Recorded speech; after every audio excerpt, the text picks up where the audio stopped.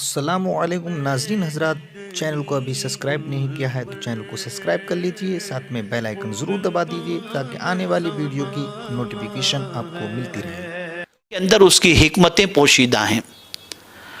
وہ خوشی بھی دے کر کے آزماتا ہے، رنج دے کر کے بھی آزماتا ہے، وہ اقتدار دے کر کے بھی آزماتا ہے، اقتدار سے محروم کر کے بھی آزماتا ہے، وہ کمزور کر کے بھی آزماتا ہے، وہ طاقت دے کر کے بھی آزماتا ہے، وہ مالدار بنا کر کے بھی آزماتا ہے، وہ غریب بنا کر کے بھی آزماتا ہے۔ اس کا آزمانا ہے اور وہ زمانے کو خود بدلتا ہے، اس کے اختیار میں سب کچھ ہے۔ تو اگر کوئی شخص یہ کہے کہ معاذ اللہ زمانہ برا ہے تو گویا اس سے میرا مولا ناخوش ہوتا ہے، اس لیے کہ رب فرماتے انا الدہر، میں ہی زمانہ ہوں۔ اس سے مراد یہ ہے کہ اس کو بدلنے والا میں ہی ہوں۔ اسی لیے اعلیٰ حضرت عظیم البرکت امام عشق و محبت نے زمانے کو حضور کی طرف منسوب کرتے ہوئے کہا زمین و زمان تمہارے لیے، مکین و مکان تمہارے لیے، یعنی جو بھی زمانہ بنایا گیا ہے یا رسول اللہ صلی اللہ علیہ وسلم، بنانے والی ذات خدا کی ہے لیکن آپ کے لیے بنایا گیا ہے۔ آپ کو پیدا کرنا مقصود نہ ہوتا تو یہ زمانہ بھی پروردگار نہ بناتا۔ اسی طریقے سے قرآن شریف کے اندر پروردگار جل جلالہ نے قسم یاد فرمائی والعصر، زمانہ محمد صلی اللہ علیہ وسلم کی قسم۔ اس سے مراد یہ ہے کہ وہ زمانہ کتنا اچھا جس زمانے کے اندر رسول اعظم صلی اللہ علیہ وسلم کو اللہ نے پیدا فرمایا۔ تو کبھی بھی حالات کیسے ہی خراب کیوں نہ ہوں، بد سے بدتر کیوں نہ ہوں، برے سے برے کیوں نہ ہوں، زمانے کو گالی نہ دو۔ اگر کوئی زمانے کو گالی دیتا ہے کہ بڑا برا زمانہ آ گیا، بڑی بری، یہ سب کہنا یہ اللہ عز و جل کو ناخوش کرنے کے مترادف ہے۔ خود رب ارشاد فرماتا ہے، یہ بخاری و مسلم کی حدیث شریف ہے، یعنی لوگ زمانے کو گالیاں دے کر مجھے ناخوش کرتے ہیں۔ آج کورونا کی سچویشن کی وجہ سے، اس عالمی وبا کی وجہ سے پریشانیوں میں گرفتار لوگ اسی قسم کے جملے استعمال فرماتے ہیں۔ تو مسلمانوں کو چاہیے اس قسم کے کلمات اپنی زبان سے نکالنے سے پہلے اللہ رب العزت جل جلالہ کی خوشی اور ناخوشی کو پیش نظر رکھیں۔ اس لیے کبھی یہ نہ کہیں کہ زمانہ برا ہے، کبھی یہ نہ کہیں۔ یہ کہنا رب قدیر جل جلالہ کو اذیت پہنچانا، ناراض کرنا اور ناخوش کرنے کے مترادف ہے۔ اور پھر پروردگار نے اسی کے ساتھ فوراً کتنا زبردست ارشاد فرمایا، جس کے اندر حوصلہ کتنا ملتا ہے۔ اللہ ارشاد فرماتا ہے، اللہ اکبر، رات اور دن کا عدل بدل میں ہی کرتا ہوں، یعنی رات لانے والا بھی میں ہوں اور دن لانے والا بھی میں ہوں۔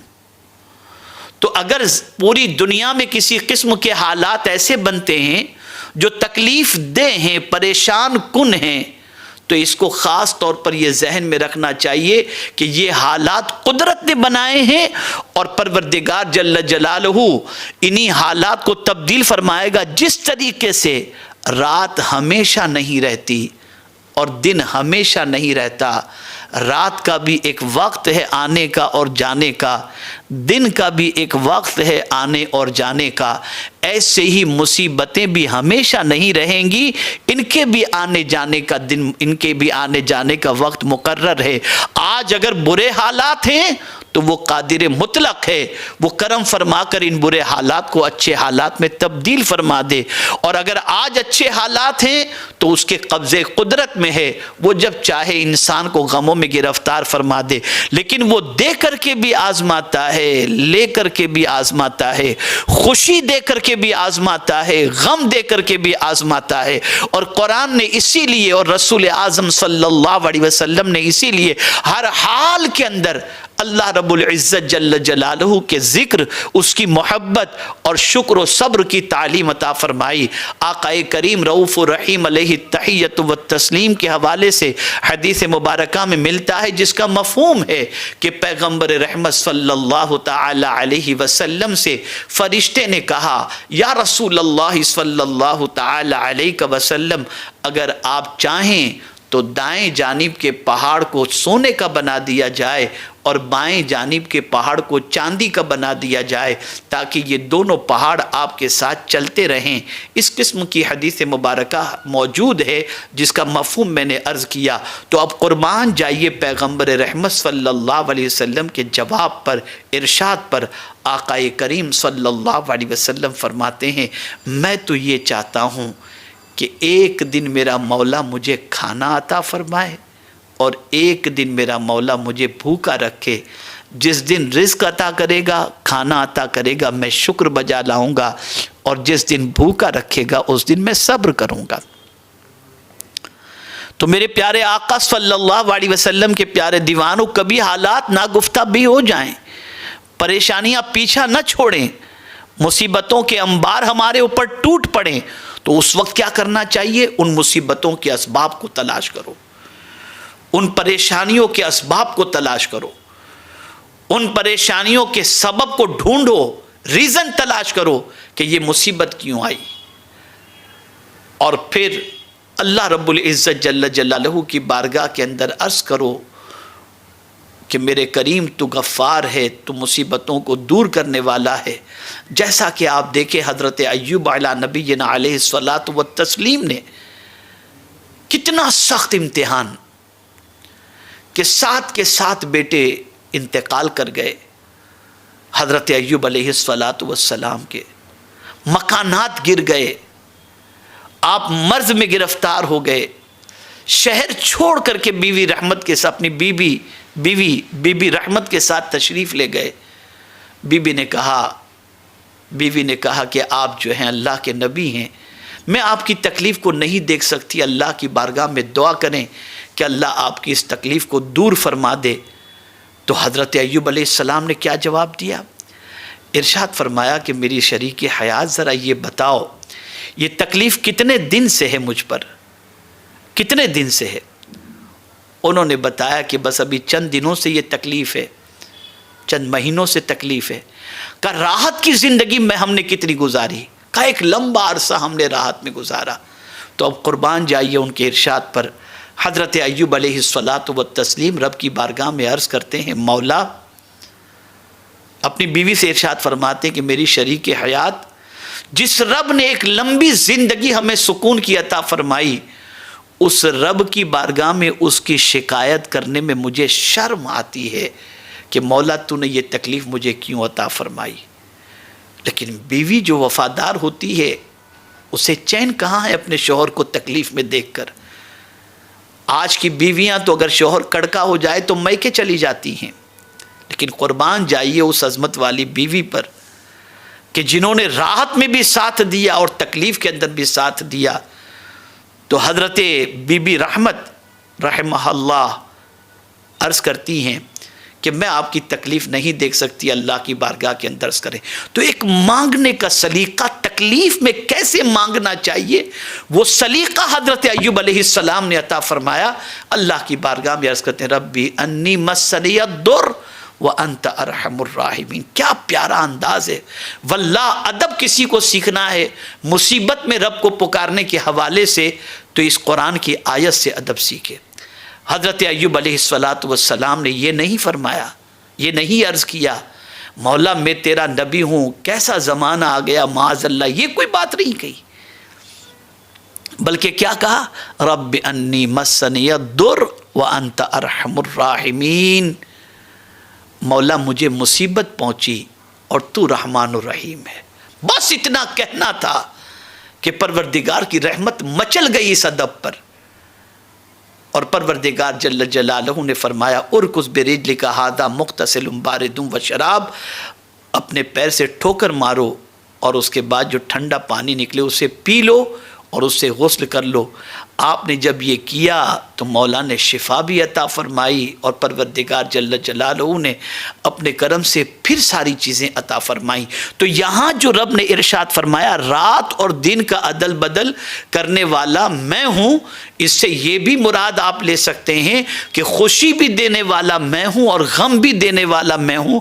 جس طریقے سے رات ہمیشہ نہیں رہتی اور دن ہمیشہ نہیں رہتے، ایسے ہی غم بھی ہمیشہ نہیں رہیں گے اور خوشی بھی ہمیشہ نہیں رہے گی۔ اس لیے جب غم آئے تو صبر کرو اور جب راحت ملے تو اللہ کی بارگاہ کے اندر شکر کا نذرانہ پیش کیا کرو۔ تو میرے پیارے آقا صلی اللہ علیہ وسلم کے پیارے دیوانوں، کبھی بھی اللہ سے مایوس بھی نہیں ہونا اور کبھی بھی اللہ عز و جل کے زمانے کو اور اللہ عز و جل کے حوالے سے یہ بات بھی ذہن کے اندر رکھنی ہے کہ زمانے کو معاذ اللہ برا کہہ کر کے اللہ کو تکلیف اور ناخوش کرنے کی کوشش نہیں کرنی چاہیے۔ وہ قادر مطلق ہے۔ بہت سارے لوگوں کی زندگی آپ دیکھیں گے، بہت سارے حالات، ابھی آپ تازہ ترین واقعہ آپ کے سامنے ہے ماضی قریب کا۔ 11 دنوں کے اندر حماس اور اسرائیل کے درمیان کی جنگ ختم ہو گئی۔ کس نے سوچا تھا کہ ایک چھوٹی سی جماعت اس طریقے سے اتنی بڑی، اتنا طاقتور ملک جو ہے جس کے پاس ٹیکنالوجی سے لے کر ہر چیز موجود ہے، اسے شکست دے دے گی۔ لیکن میرے پیارے آقا صلی اللہ علیہ وسلم کے پیارے دیوانوں، یہ صرف اس لیے ہوا کہ میرے کریم کی شان یہ ہے کہ وہ قادر مطلق ہے، کبھی پل میں چاہے تو کسی کے غرور کو ختم کر دے اور کبھی پل میں چاہے تو کسی کمزور کو طاقت عطا فرما کر بلند و بالا مقام تک پہنچا دے۔ یہ رب قدیر جل جلالہ کے دست قدرت میں ہمیں اس کی تدبیر سے کبھی بھی بے خوف نہیں ہونا چاہیے۔ یہ نہیں کہ ہمارے پاس بہت زیادہ کچھ آ گیا تو ہم اترانے لگ جائیں، نہیں، یہ یقین رکھنا چاہیے کہ آج جو خوشی کے دن ہیں، پتہ نہیں اللہ عز و جل کب ناراض ہو جائے، اللہ نہ کرے، صد بار نہ کرے، اور یہ نعمتیں ہم سے چھین لی جائیں۔ اسی لیے آقا کریم صلی اللہ علیہ وسلم اللہ کی بارگاہ میں دعا کرتے، اللہم انی اعوذ بک من زوال نعمتک، اے اللہ میں تیری بارگاہ میں نعمتوں کے زوال سے پناہ مانگتا ہوں۔ میرے پیارے آقا صلی اللہ علیہ وسلم کے پیارے دیوانوں، اسی لیے ہمارا مذہب جو ہے، جو ایمان کے حوالے سے فرماتا ہے، وہ یہی ہے کہ ایمان خوف اور امید کے درمیان کی چیز ہے۔ یعنی اللہ سے بے خوف بھی مت ہو جاؤ اور اللہ سے مایوس بھی مت ہو جاؤ۔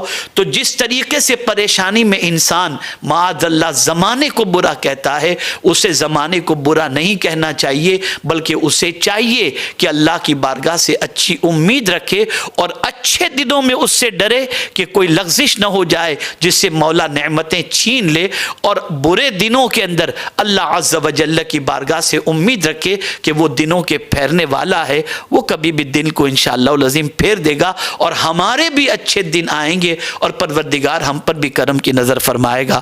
یہاں مراد زمانے سے یہی ہے کہ میں زمانہ ہوں جو رب نے فرمایا، اس سے مراد یہ ہے کہ زمانے کو پھیرنے والا زمانہ میں ہی ہوں، میں ہی زمانے میں تصرف کر رہا ہوں۔ اس لیے اگر کوئی زمانے کو برا بھلا کہتا ہے تو یہ گویا رب قدیر جل جلالہ کو اذیت پہنچانا اور اسے ناخوش کرنے کے مترادف ہے۔